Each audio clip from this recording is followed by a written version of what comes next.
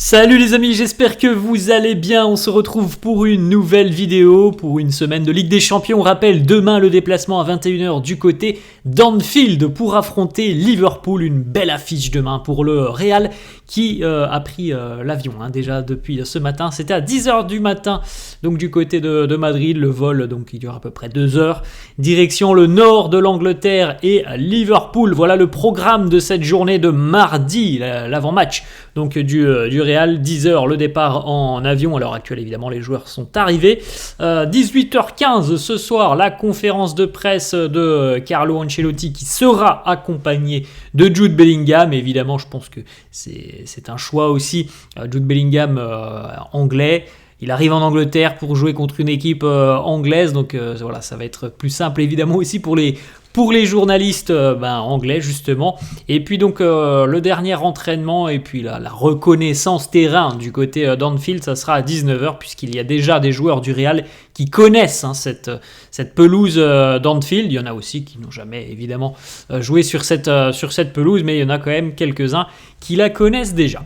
On regarde les amis les unes des quotidiens madrilènes. Marca qui titre El tutor de Asensio, le tuteur de Raúl Asensio, Antonio Rudiger. Il est vrai que pour Raúl Asensio, ses grands débuts donc en équipe première, ses grands débuts au plus haut niveau, eh bien, ils sont quand même pour le moment très satisfaisants et il a la chance d'avoir à côté de lui quelqu'un qui est très expérimenté et qui en plus de ça a cette fibre de vouloir transmettre, de vouloir partager. On sait à quel point Antonio Rudiger est très très apprécié dans le vestiaire du Real et on sait à quel point il a envie justement aussi de transmettre notamment aux plus jeunes. Donc c'est véritablement une association très positive pour le jeune Raúl Asensio d'avoir un joueur comme Rudiger qui est beaucoup dans le partage.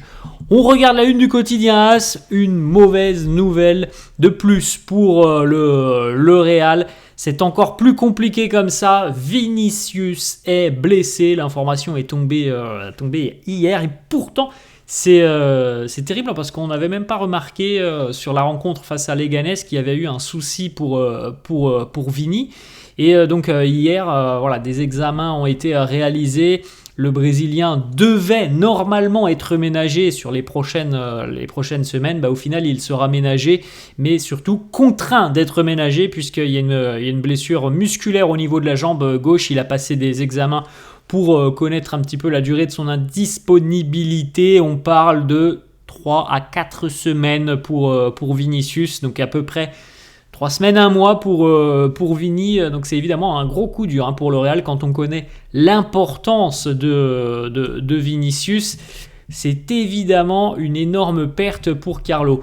Petite image, alors personnellement, franchement, moi j'avais pas vu cette image lors du direct. Mais il semblerait que ça soit à ce moment-là que Vinicius se soit blessé face à Leganés. Alors c'était quand même en première mi-temps, c'est ce qui est quand même un peu surprenant, c'est qu'il a continué à jouer Vinicius sur la seconde mi-temps. Donc là, c'est DAZN qui nous annonce que on a capté ce moment où il se tient l'arrière de la cuisse gauche. C'était en première mi-temps.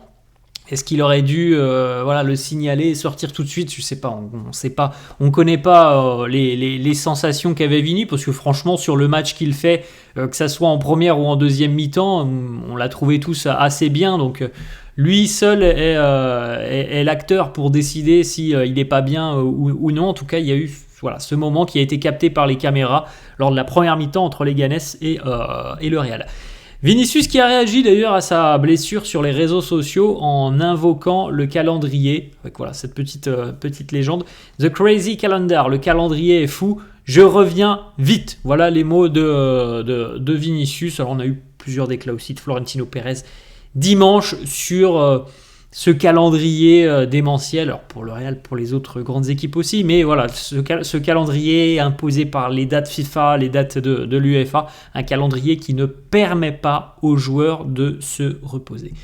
Les matchs enchaînés par Vinicius depuis à peu près un mois, sur un laps de temps entre le 20 et le 24, puisque le 24 c'était face à Leganés, donc entre le 20 octobre et le 24 novembre, Vinicius a enchaîné 90 minutes contre Leganés, l'Uruguay, le Venezuela, Milan, le Barça, Dortmund, le Celta, plus 75 minutes aussi face à Osasuna. Donc voilà, encore une fois, c'était évidemment pour montrer que les organismes sont mis à rude épreuve. On est donc sur 8 matchs en l'espace d'un peu plus d'un mois. Ça fait beaucoup. Voilà les matchs qui seront potentiellement manqués par Vinicius, qui devrait donc manquer tous les prochains matchs à l'extérieur du Real, puisqu'on le sait que le Real là, va enchaîner beaucoup de matchs à l'extérieur. Alors, hormis le match de ce week-end face à Retafe, on aura donc Liverpool à Anfield, Bilbao à San Mamés, Girona face à Montilivi, l'Atalanta au Stadio di Bergamo et le Rayo Vallecano à Vallecas. Normalement, tous ces déplacements compliqués se feront sans Vinicius. Les absents du Real pour affronter Liverpool demain: Vinicius, Rodrigo, Tchouaméni, Militao, Carvajal et David Alaba. Encore 6 absences du côté madrilène. Seuls 7 joueurs du Real cette saison n'ont pas été touchés par des pépins physiques. Ils ne sont que 7 sur l'effectif au complet. Ils ne sont que 7 à ne pas avoir été touchés par des pépins physiques. Quand même assez fou aussi cette statistique. Lunin, Rudiger, Fran Garcia, Modric, Valverde, Arda Güler et Hendrick. On jette un coup d'œil, les amis, la liste des joueurs retenus par Carlo Ancelotti pour le déplacement du côté de Liverpool. On retrouve notamment Lucas Vazquez qui fait son retour dans le groupe. Aurélien Tchouaméni certainement un peu trop juste. Donc Lucas Vazquez présent. On note aussi la présence dans le secteur offensif de Gonzalo Garcia, qui lui aussi est présent, Gonzalo Garcia. Donc voilà, des petits ajustements au sein de la compo madrilène. On a cette petite information du côté du Real. On apprécie beaucoup le profil de Gonzalo Garcia que l'on connaît en équipe première. Je pense que vous vous en souvenez. Une mentalité très très forte, un caractère intrépide chez Gonzalo Garcia, très rapide, des capacités physiques assez exceptionnelles. Alors évidemment, je ne sais pas s'il y aura du temps de jeu demain. Normalement, il n'aura pas de temps de jeu. Mais en tout cas, il est là. Il est présent au sein du groupe qui a pris l'avion ce matin direction Liverpool. Après la blessure de Vinicius, il y a maintenant 3 options en attaque du côté du Real. Et donc 3 options pour à peu près un mois. Mbappé, Brahim avec Arda Güler juste derrière numéro 10. Mbappé, Hendrick et Brahim, le trio. Mbappé, Hendrick et Arda Güler en trio d'attaque. Voilà, c'est les 3 options à l'heure actuelle, étant donné aussi que pour le moment Rodrigo, on ne sait pas encore où ça en est sur le plan physique. Donc voilà les 3 options envisagées par Carlo Ancelotti pour les prochains matchs, en attendant le retour de Rodrigo, qui je pense retrouvera rapidement une place de titulaire. Kylian Mbappé, là normalement il n'y a pas de doute. On avait vu ce petit changement donc ce week-end face à Leganés, où Mbappé a démarré la rencontre en tant qu'ailier gauche. Là, tant mieux pour Mbappé. Vinicius étant blessé, tant mieux pour lui, il va jouer à gauche. Ça, normalement, il n'y a pas de doute là-dessus. Normalement, Mbappé va être utilisé à gauche demain. Je pense qu'on peut le dire et l'annoncer à 99,99%. Ça serait quand même incroyable de voir Mbappé plein centre demain. Alors, je ne pense pas que ça se passera comme ça. Donc Mbappé, normalement, sera utilisé en tant qu'ailier gauche. Et d'ailleurs, Relevo nous annonce, alors comme d'habitude avec Relevo, est-ce qu'il y a une part de vrai là-dedans ? Je ne sais pas, je ne suis pas dans la tête de Carlo Ancelotti, mais force est de constater déjà que je pense qu'on a tous été quand même assez surpris de voir Mbappé sur le côté gauche face à Leganés. C'était quand même une grosse surprise, surtout quand on avait les déclarations la veille de match que Carlo nous disait il n'y aura pas de changement, ils vont pouvoir intervertir, mais c'est bien Mbappé qui avait quand même démarré à gauche. Selon Relevo, Carlo considérait que Mbappé allait jouer tout de même à gauche, même si Vinicius n'avait pas été blessé.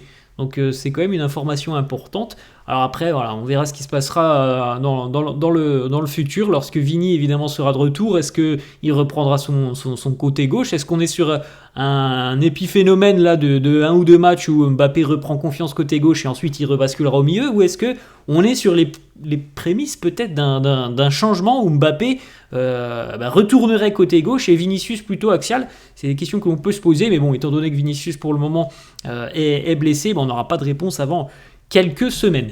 La petite photo, Rodrigo, entraînement pour Rodrigo, mais évidemment encore un peu juste, même si je pense que ça se confirme, les informations qu'on a eues depuis quelques jours, il va revenir plus tôt que prévu. Ça, c'est une bonne nouvelle. Après, voilà, pour affronter Liverpool, évidemment, c'est juste.